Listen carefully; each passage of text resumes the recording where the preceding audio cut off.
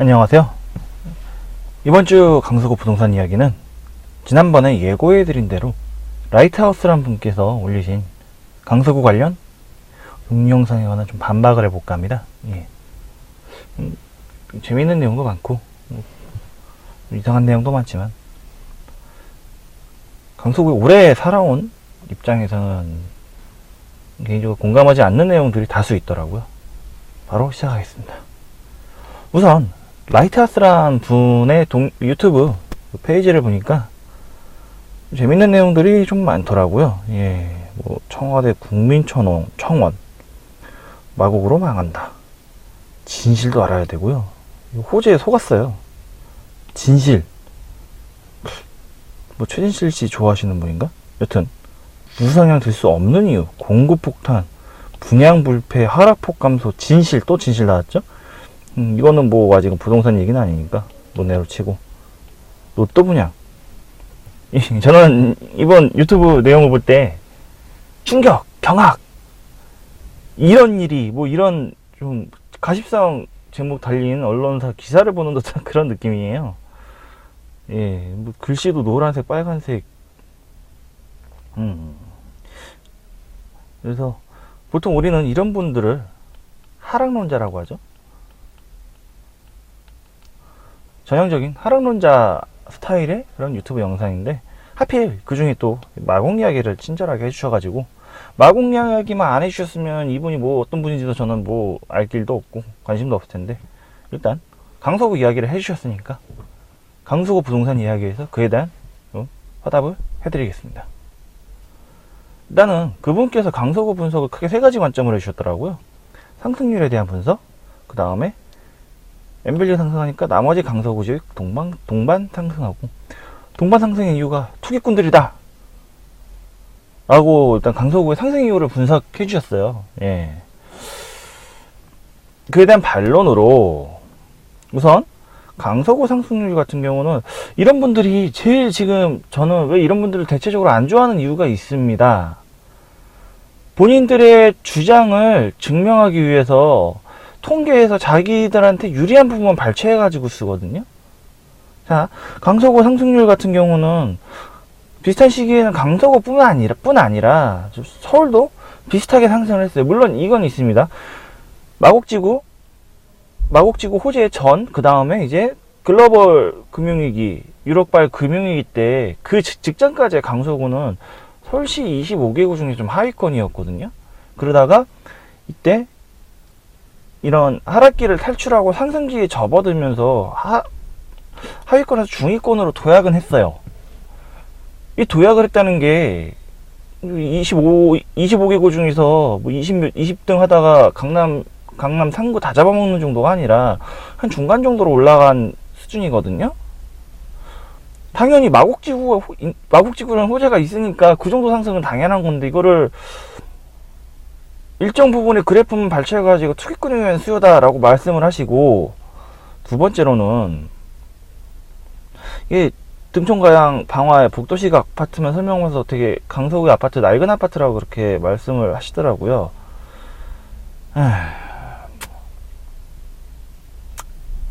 제 영상을 보신 분들은 아시겠지만 당연히 마곡에 엔밸리도 있고, 그 다음 마곡 힐스테이트 마스터 등등 마곡계통, 마곡 지역에 있는 신축 아파트들도 있고, 2002년에 허구푸르지오, 2005년에 우장산 힐스테이트, 2006년에 마곡 수면사파크, 2008년에 우장산 아이파크 입현한 대상, 그 다음에 마곡지구랑 비슷한 2014년에 강설 힐스테이트 등, 지금 제가 이렇게 언급한 아파트 단지들은 전부 다 기준이 최하 2000세대 이상의 대단지거든요.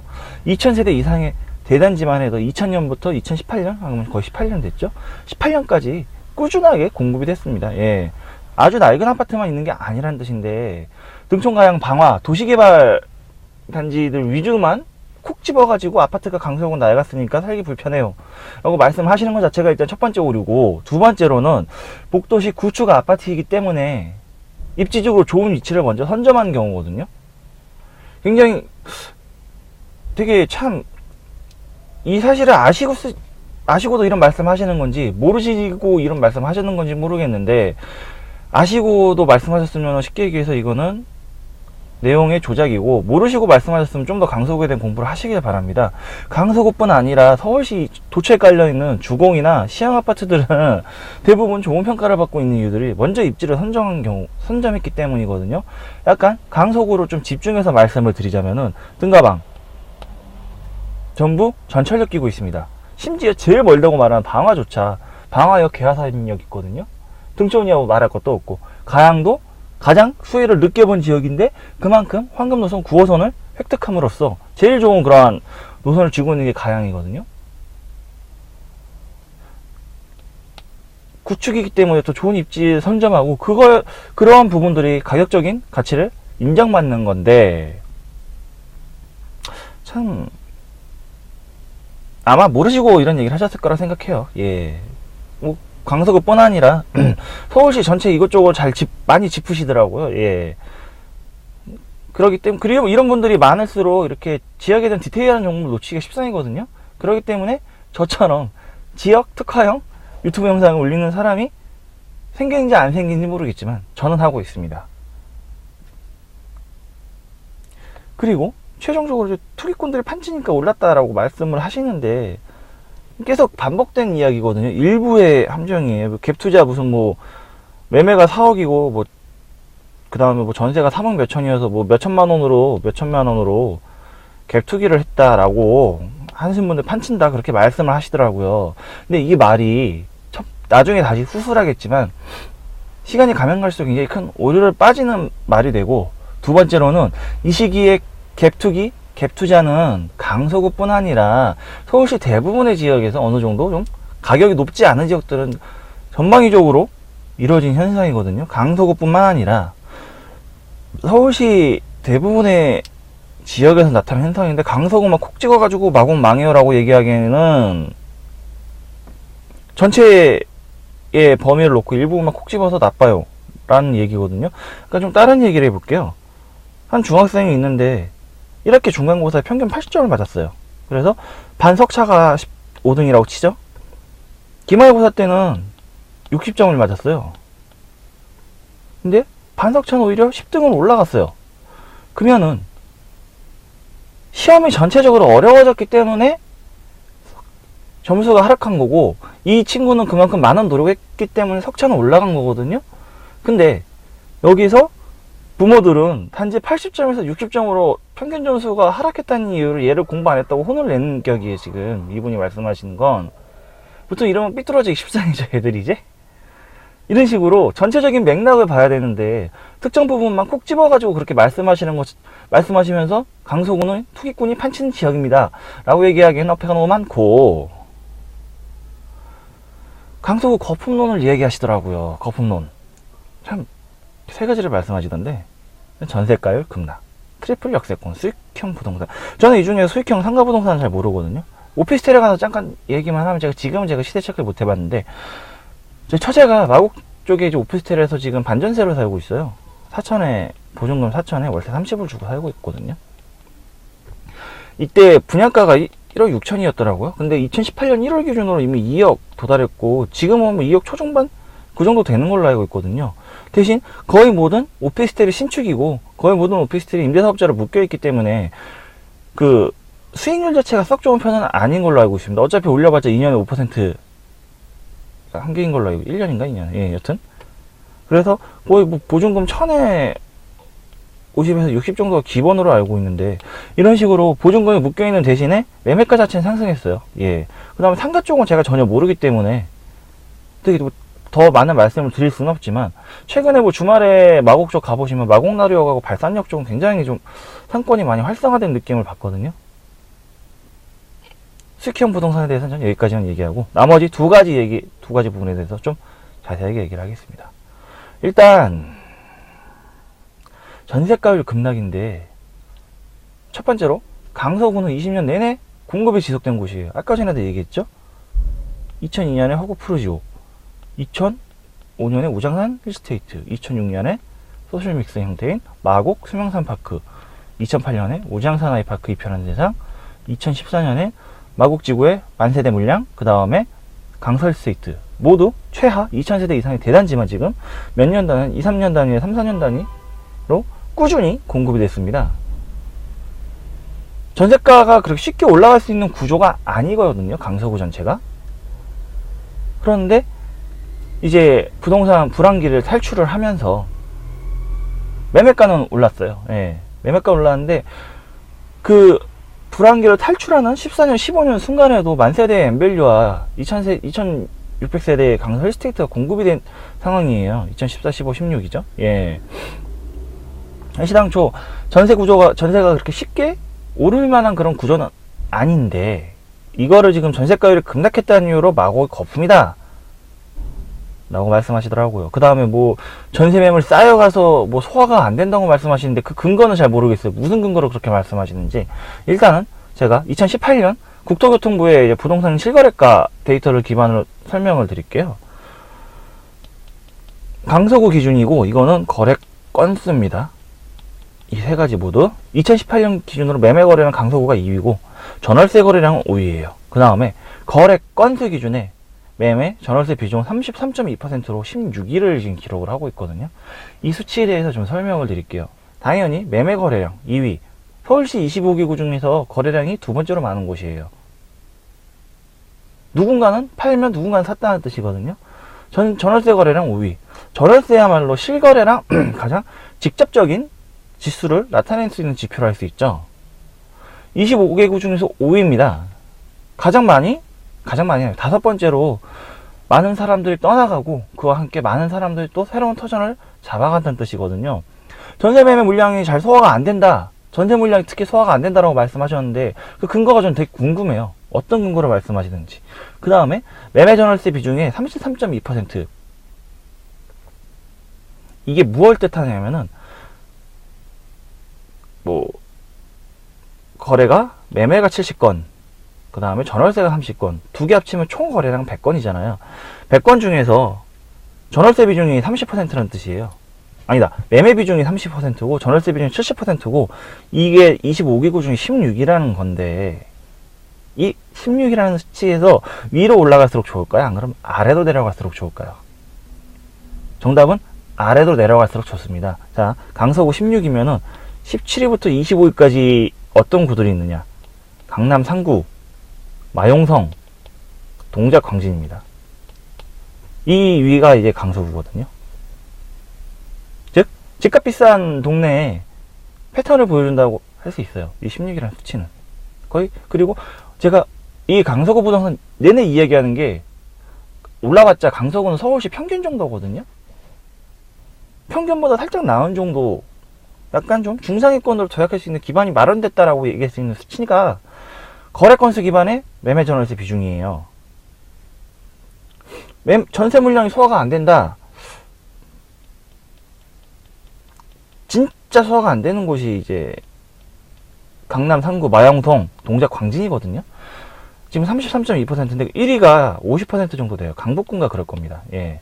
그 다음에 강남이 18%인가 25위로 그러던데, 18%를 뭐냐면 100건의 총 거래량이 있으면 매매가 18건이고 92건은 이제 82건이죠. 82건은 이제 전월세라는 뜻이거든요. 전월세 비중이 굉장히 높아요. 강남 집값 비싼 동네들은 당연한 얘기죠. 집값이 비싸니까 전월세 비중이 높은 거고, 물량 자체는 이렇게 전세가 압도적으로 많은 지역이 비중을 따졌을 때 집값이 비싼 동네고, 강서구도 평균보다는 좀 더 높은 지역이 형성되고 있습니다. 그 다음에 보통 이제 이 수치는 많이는 안 보는 수치들이죠. 예, 좀 유의미한 수치라서 갖고 왔고, 총 지금 제가 건수라고 얘기했는데 총 거래액, 집값이죠. 거래액 기준에 매매 전세 비율 폭의 확대, 이걸 이제 주로 주장하셨는데 10이에요. 강서구는 쉽게 얘기해서 매매가 10억, 전세가 5억이다. 그럼 50% 되죠. 이게 높을수록 1이고 낮을수록 이제 25위가 되는 건데, 이 비중이 지금 강서구가 10위예요. 그러면은 이 수치는 높을수록 좋을까요? 낮을수록 좋을까요? 라고 라는 질문에 명확한 답을 내리기가 어렵습니다. 일단은 전월세 비율 가장, 그러니까 쉽게 얘기해서 전월세 비중이 제일 큰 곳이 강남구거든요. 25위. 그러면은 매매 전세 그 가격 비중이 제일 낮은 곳은 어디냐? 1위가 양천구예요. 양천과 목동이 있는 곳이죠. 물론 신월동, 신정동이 있기 때문에 1위가 나올 수도 있는데 20위가 노원이에요.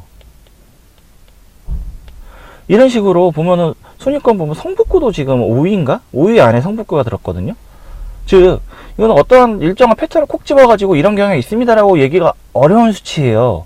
그 라이트하우스란 분이 말씀하시는 전세가율 급락이라는 게 급락 자체가 좋은 거냐 나쁜 거냐를 단언할 만한 근거가 없다는 뜻이거든요. 오히려 전세가율이 급락하면은 제일 좋은 이런 급락이 심한 곳이 강남구예요. 강남 3구가 제일 심해요. 이분 말에 의하면은 자꾸만 와공 강남이 아니라고 주장하시는데 오히려 수치만 놓고 보면 강남이 더 가까워지고 있다는 뜻이거든요. 이분께서 뭘 주장하시고 싶은지 전 잘 모르겠습니다. 그리고 다시 한번 얘기하지만 매매 저는 이거 전세가율이 급락했다 이 자체가 나쁜 건지 좋은 건지를 가늠한 근거를 찾아볼 수가 없고, 아까 전에 얘기했듯이 전세가율이 제일 높은 곳이 1위가 양천구고 제일 낮은 곳이 25위가 강남인데 20위가 노원이에요. 설명이 쉽게 안 되는 부분이거든요.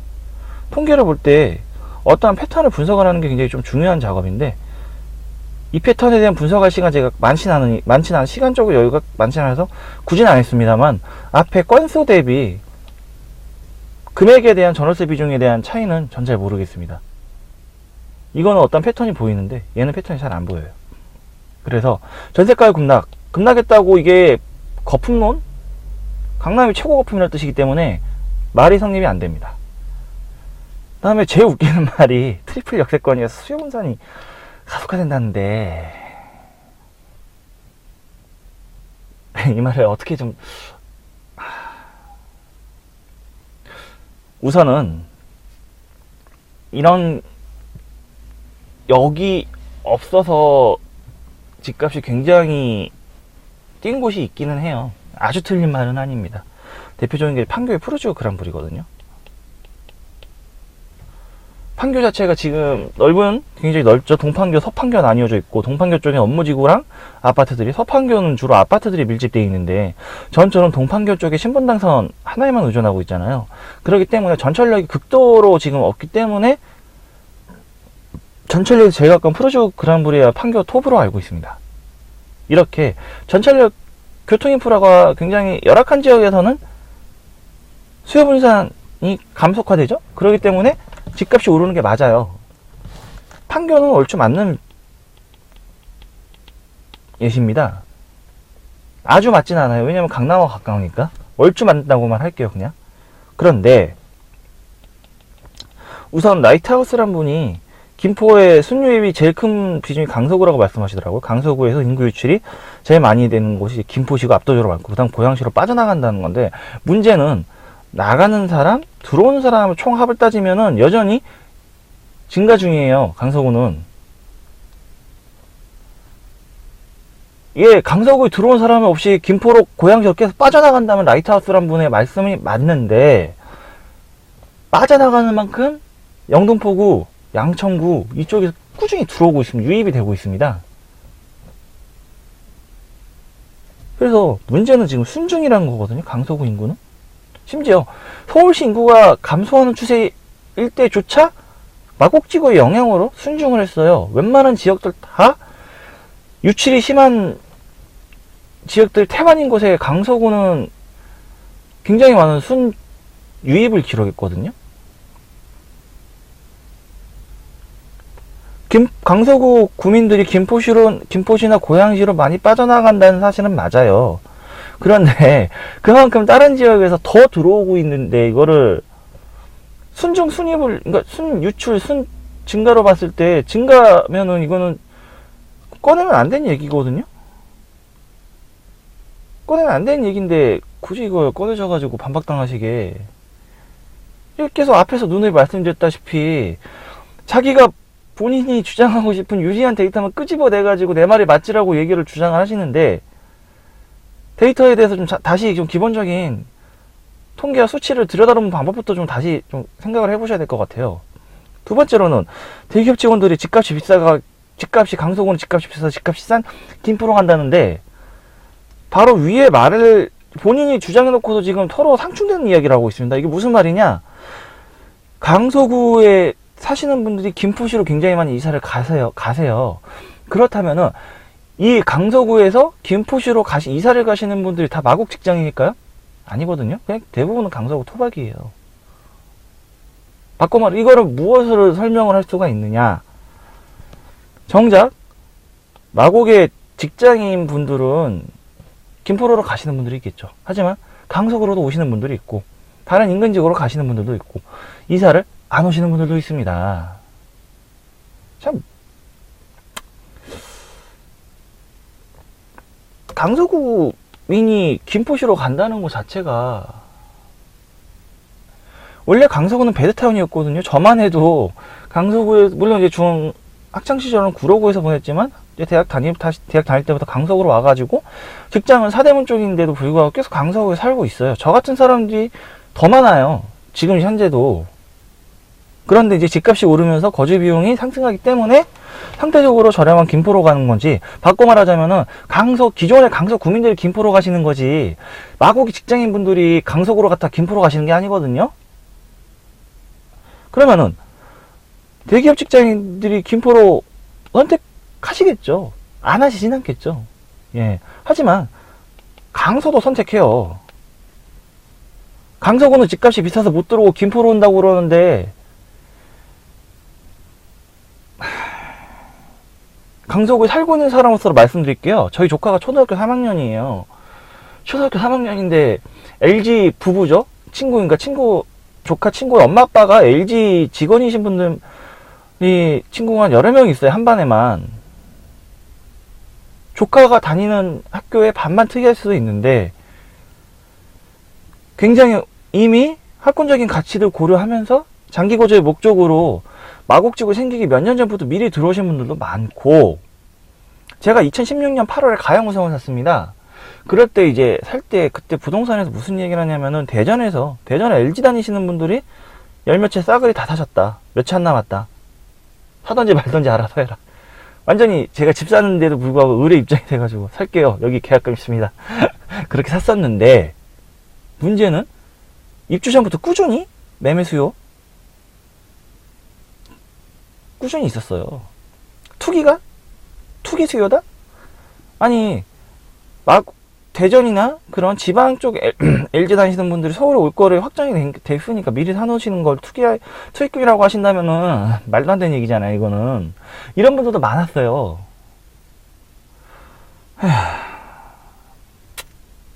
꼭 직장 이주하고 나서부터 그때서 이사를 그거야말로 부활못의 생각이고, 좀만 이따 다시 하고, 그 다음에 인프라 얘기를 하면서 학군 및 생활 인프라가 좋은 목동에도 좋다고 하시는데 학군이 좋은 건 맞아요. 근데 목동의 생활 인프라가 뭐가 좋은지가 좀 궁금해요. 백화점 2개 있다. 행복가단 태생하고 현대백화점? 아니 강서구에 NC백화점하고 롯데몰이 있어요. 아니 목동의 생활 인프라가 뭐가 좋다는 건 전 도저히 이해가 안 되거든요. 뭐 강서구는 김포항 빼고 볼 거 없다라고 말씀하시는데, 그러면 목동은 학군하고 CBS, SBS 종합운동장 빼고 뭐가 볼 게 있어서 생활인프라가 좋다고 얘기하는 건지 그 근거를 저는 잘 모르겠어요. 오히려 제가 강서구 부동산 이야기를 할 때마다 종종씩 언급하는 마곡이나 관련 이야기 할 때 누누이 얘기하는 게 서울식물원, 앞으로 생길 마이스 전시장, 마이스 옆에 신세계가 사놓은 스타필드 부지, 미술관, 한강공원, 그 다음에 2020년 3월에 항공박물관, 생활인프라는 강서구 월등히 많습니다. 양천구도 생활인프라에 지금 강서구 마곡 귀속될 운명이거든요. 왜냐? 학군 빼고는 없으니까. 그리고 자꾸 목동 얘기하는데 목동은 양천구 일부예요. 지금 신월동, 신정동까지 다 포함했을 때 인프라를 봤을 때 강서구와 양천은 게임이 안 되거든요.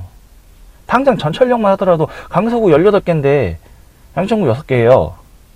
생활 인프라 뭐가 좋다는 건지 학군 빼고 나머지 어떤 인프라가 좋다는 건지 좀 그 근거가 되게 궁금하고요. 그 다음에 이 영상, 그 나이트하우스라는 분께서 마곡 관련 영상에서 활용 정점을 찍는 부분이 교통이 좋다고 그러는데, 김포도시철도는 제가 지난주에 말씀드렸습니다. 이거 개통해봐야지 압니다.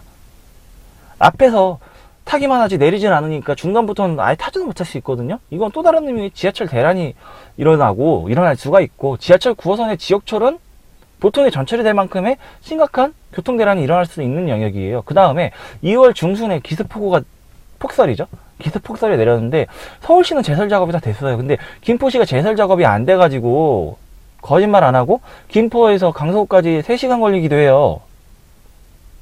고양시 지금 대국수사선 2020년 개통 예정이 있죠. 그 개통하기 전까지는 강서구와 고양시는 대중교통이 상극입니다. 제가 지지난주 SBS 스페셜 편 이야기하면서 한번 언급을 했었는데 차로 가긴 좋은데 대중교통 가기는 굉장히 극악의 난이도예요. 유일하게 편하게 할 수 있는 게 공항철도 타고 이제 상암 DMC 내려가지고 경의중앙선 타는 방법이 하나 있고, 또 다른 거는 5호선 타고 가다가 영등포구청에서 2호선 내려요. 그 다음에 합정에서 6호선을 탄 다음 6호선에 3호선 타고 가는 방법. 환승만 3-4번 하는 그런 코스라든지, 안 그러면은 뜨문뜨문 다니는 경의중앙선 타든지, 이제 경의중앙선마저도 일산 본진까지는 진입이 쉽지가 않죠? 교통이 좋다. 아이, 그 근거를 얘기도 안 하신 채로 그냥 교통이 좋다고 막연하게 얘기해버리면 안 되죠, 이건. 그리고 엠벨리 12억, 방화동 3억에 실거주를 할 사람이 얼마나 있을까라고 말씀하셨는데, 굉장히 이게 앞에 얘기한 것과 굉장히 좀 모순이 돼요. 갭투기, 매매가랑 전세가 차이가 얼마 안 나가지고 갭투기가 성행했다. 지금은 전세가를 급락을 했대요. 이거 누가 살까요? 투기꾼이 살까요? 갭투기꾼이? 아니거든요. 실거주 할 사람 말고 살 사람이 없어요, 이건. 투기 안 한다면서요. 전세가를 떨어지면 거품이라는데, 지금 전세가를 떨어진다, 마구 거품이다, 더 이상 안 오른다, 이거를 제가 2016, 17, 18, 19, 4년째 듣고 있는 얘기거든요. 엠벨리 8억일 때 거품이다, 이제 들어가지 마시죠. 엠벨리 9억일 때 거품이다, 들어가지 마시죠. 엠벨리 10억일 때 이건 참 내 파트가 지겹습니다. 하도 지겨워가지고 2019년에까지 와서 왜 이 이야기를 들어야 하는지 잘 모르겠어요. 강서구와 마곡도 용가리 통뼈는 아니니까 서울시가 떨어지면 같이 떨어집니다. 하지만 오를 땐 또 오르거든요. 강남에 12억, 강남에 15억, 마포레면 푸르지오 12억, 13억? 이런 아파트는 그럼 누가 사는 걸까요? 목동, 학군 좋은 목동 아파트 80년대 아파트들이거든요. 건물의 가치는 빵이고, 원체 넓은 대지 지분 때문에 엄청난 가격이 형성하고 있는데, 그 집에 실거주 하시는 분들은 얼마나 될까요? 왜 강서구만 전세가율 떨어지면 전세가율이 오르면 오른 대로 갭투기꾼이 횡행한다. 전세가율이 떨어지면 떨어지는 대로 여기 망한다라고 얘기를 하는지 모르겠습니다. 아니 11억 7천이라고 엠벨리 7단지 거래가 됐다면서요. 거래가 되는 사람이 갭투기꾼일까요? 갭투기꾼이다 한들 갭이 5억이 뭡니까? 이게 6, 7억이 되는 갭인데, 참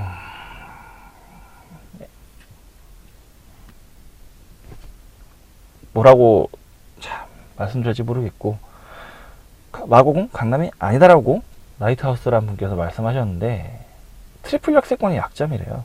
전철역이 너무 많아서 접근성이 좋기 때문에 사람들이 안 산다. 강남이 왜 강남일까요? 제가 예전에도 했던 내용입니다. 직주유의 가장 완벽한 조합이에요.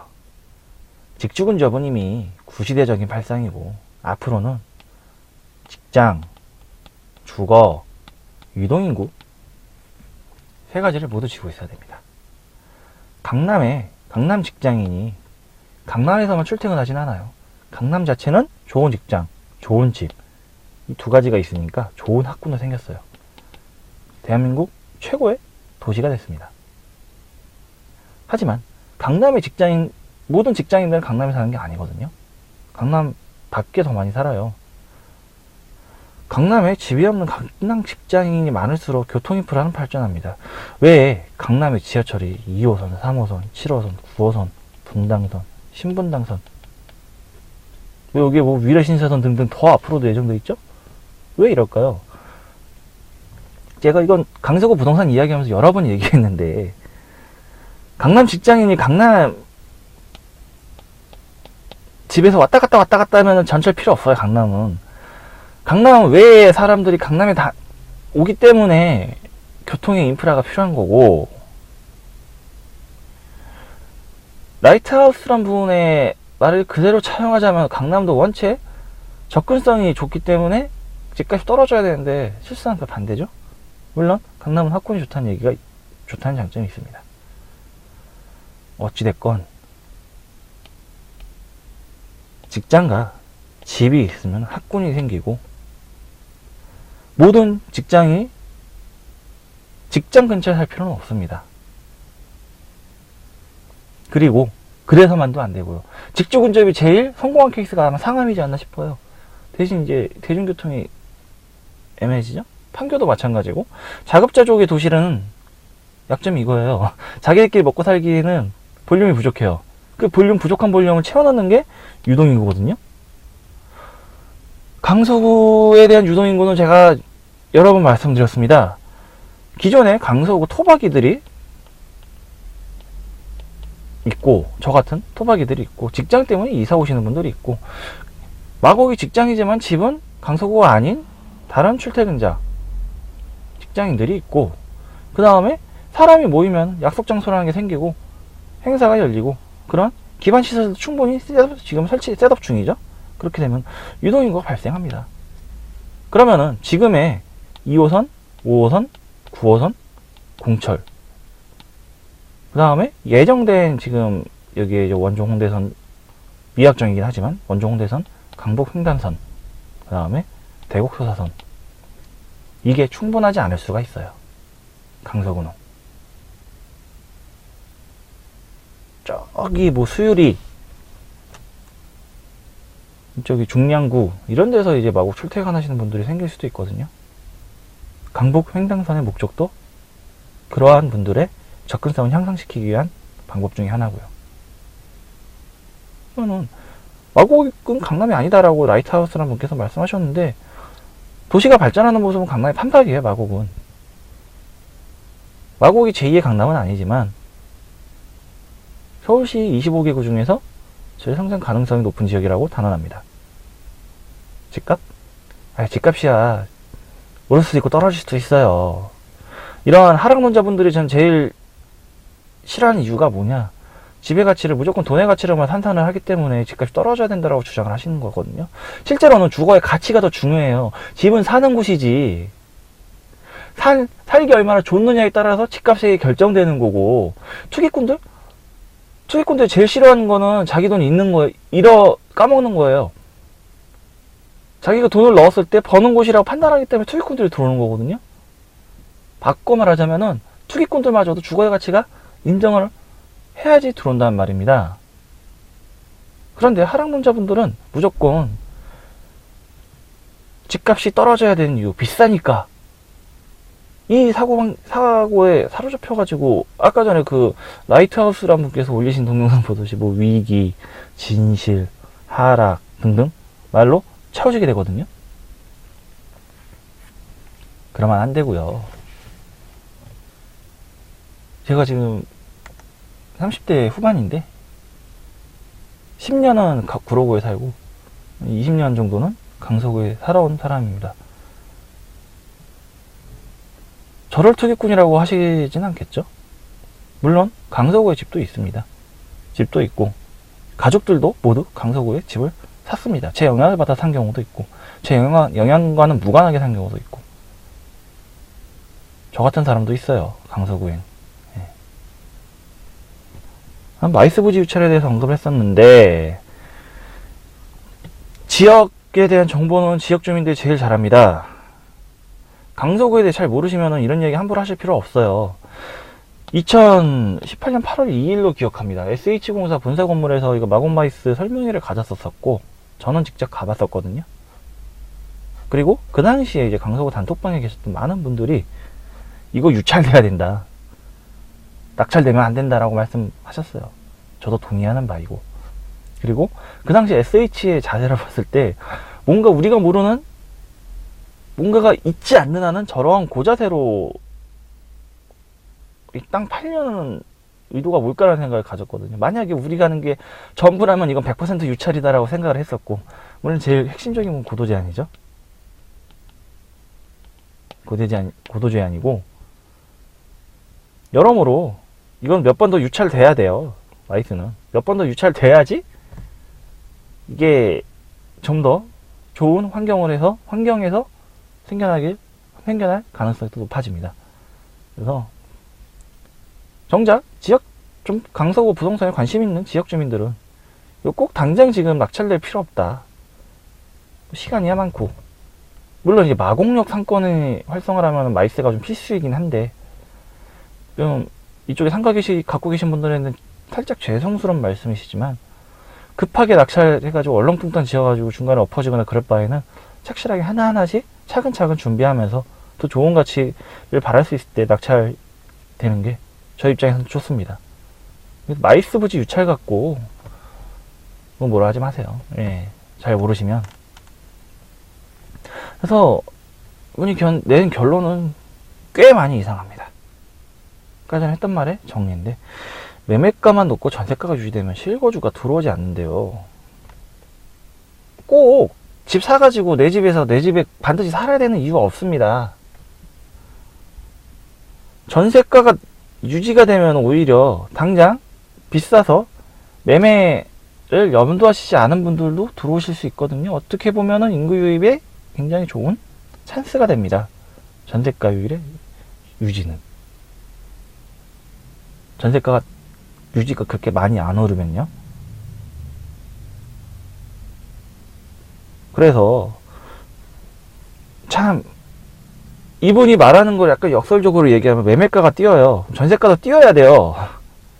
그러면은 매매 전세가를 비율이 일정하게 올라가니까 이건 굉장히 뭐 투기꾼들 맘 놓고 투기하셔도 됩니다라는 지역이 되는 거거든요. 이분이 바라시는 게 뭔지 잘 모르겠어요. 매매가가 상승했을 때는 전세가가 유지되는 것도 어떻게 보면은 주거 안정화의 대책이고, 초창기 문재인 정부가 시행했던 임대 사업자 활성화도 이런 맥락에서 시행된 거거든요. 너무 과해가지고 다시 틀어막긴 했지만. 그리고 강남에 아까 제가 얘기했듯이 매매 전세 비율이, 매매가랑 전세가 비율이 제일 낮아요, 강남이. 그 다음에 노원도 상당히 낮은 편입니다. 이런 끼면 노원하고 강남은 다 거품론인가요? 뭐 라이트하우스 이번에 말해서 이해하면 사실 서울시 전체가 다 거품이니까 아주 틀린 말이 아닐 수는 있겠지만, 문제는 하락기의 방호, 상승기의 도약, 이런 거 얼마나 잘 되는가가 중요한 거지. 전월세 비율 자체가 낮다, 별로 썩 중요한 포인트는 아니에요. 그리고 아까 전에 얘기했듯이 어떤 패턴이 나와야 되는데 1회부터 25회까지 쭉 정렬을 시켜놓고 보면은 너무 깊게 들여다보지는 않았긴 했지만요, 어떤 패턴이 그렇게 썩 유의미한 패턴이 나오지는 않습니다. 그 다음에 매매가만 뛰었으니까 이젠 투기꾼 안 들어오겠네요. 왜냐, 맨벨리만 해도 갭 차이가 5억 이상인 걸로 알고 있거든요. 과연 그럴까요? 투기꾼이 안 들어올까요? 상승기 때는 다 들어옵니다. 갭 차이가 5억이 됐던 10억이 됐던 들어올 곳은 들어옵니다. 왜 이 이야기를 하냐, 2014년 15년 이때까지만 해도 진짜 뭐 몇천만 원만 있으면은 집을 샀어요. 뭐 아파트가 3억이다 그러면 전세가 뭐 2억 6천, 4천만 원만 있으면 집을 샀거든요. 이게 2015년 16년 때까지 있었던 일이다가 본격적으로 매매가 상승을 하면서 최정점을 찍은 게 2018년 8월이죠. 저도 그때 방어 5단지를 샀다고 얘기했잖아요. 그때 1억 2천 갭이었어요. 매매 4억에 1억 4천 갭. 매매 4억에 전세 2억 6천, 1억 4천. 거기다 이제 부대 비용, 세금 뭐 400만 원 정도의 세금에 뭐 인테리어 비용 몇백 하면은 실질적으로 1.5억 갭으로 들어갔는데, 방어 5단지를요. 몇천, 4천만 원 갭일 때 들어간 사람들이 1억 5천 갭일 때 안 들어가냐? 아닙니다. 들어갑니다. 왜 들어가냐? 미래 가치로 갭이 더 올라갈 거라고 생각을 하기 때문에 들어가거든요. 실질적으로 그 이후로 이제 구의 대책 이후로 집값이 안정화 된다 그래도 갭은 이제 2억 이상으로 벌어졌어요. 단 몇 개월 만에. 문제가 뭐냐, 지금은 이 2억의 갭이 비싸다고 생각하지만 시간이 지나면 이 2억의 갭이 체감적으로 싸게 느껴질 때가 있습니다. 그때 되면 또 들어옵니다. 라이트하우스라 분께서 주장하시는, 정의하시는 갭투기라는 사람들. 저는 그게 싫어서 미리 사놓는 거고요. 그 다음에 직장 유입의 함정인데, 직장 옮긴다고 거주지 바로 옮길 거라고 생각하면 안 돼요. 이 라이트하우스란 분께서 5시 반에서 6시 사이에 마곡 LG 사이언스파크 쪽에 한번 가보셨는지 모르겠어요. 저는 가끔 뭐 연차나 반찬했을 때 처제가 마곡에 사니까 처제 데리러 온다거나, 이제 첫째가 자동차 타는 걸 좋아하거든요. 아빠 거 타고 뭐 처제 퇴근하는 길에 마곡까지 오면은 이제 뭐 제가 연차나 반차 썼을 때 첫째 태우고 데려온다거나, 이제 그런 경우가 빈번하게 있는데, 빈번하진 않고 가끔 있는데, 5시 반 정도에 LG 사이언스파크 가면은 아직 공사 시작도 안 한 빈 땅에 관광버스들이 꽉 차 있어가지고 통근버스들이 무지막지하게 가요. 처제는 이제 그게 보이는 위치에 살거든요. 아침에 7시 반쯤? 8시 정도 보면은 관광버스로 아주 마곡 쑥대밭이 된다 그러더라고. 그게 일상적인 생활이라 그러더라고요. 통근버스가 굉장히 많이 다닙니다, 지금은. 그런데 그 통근버스 놓을 자리가 없어진다 싶으면 못 다니거든요. 2020년에서 한 2021년? 늦어도 23년 정도까지 어떻게든 결정을 해야 되고, 특히 이제 저도 뭐 나오는 통근버스들만 봐가지고 저기 어디를 다 다니는지까지는 모르겠지만 파주부터 뭐 경기도, 오산, 의정부 굉장히 다양한 곳들을 통근버스들이 다니더라고요. 이분들은 선택을 하셔야 될 겁니다. 하지만 지금 당장 하실 필요가 없습니다.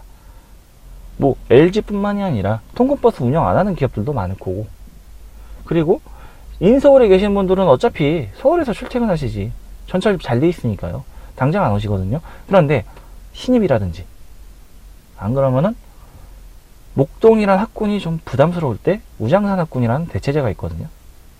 이런 식으로 굉장히 장기간을 통해서 이주 거주에 대한 수요가 조금 상승을 하고, 어느 순간 그게 이제 집값에 반영됩니다. 이러겠죠. 이제 그때 되면 라이트하우스 같은 분들은 그거 다 투기꾼이다라고 얘기를 하시겠죠. 거주 가치에 대한 본질을 무시하면 안 돼요. 그리고 아무리 강서가 많이 올라봤자 마포, 성동, 광진, 강남 3구, 마용성 여기서 쌉니다. 대기업들이 강서구 집값 비싸서 못 사요 라고 얘기를 하면 이보다 비싼 동네들은 뭐가 되나요? 재벌 3세가 사는 것도 아니고. 그래서 결론이 많이 좀 이상해. 물론 뭐 결론만 이상한 건 아닌데, 지하철이 많아서 이사를 안 온다, 주변 지역의 교통이 좋다,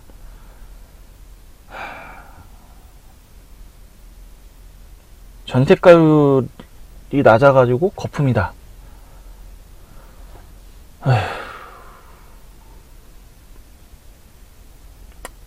참, 맨 처음에는 내용을 보고 이거 어디서부터 손봐야 될지 몰랐는데, 어찌됐건 그 개요를 정리하고 하나하나씩 정리를 해봤습니다. 뭐 저희 라이트하우스란 분께 드리고 싶은 말씀은, 다른 지역 다 좋아요. 강서구는 건들지 마세요.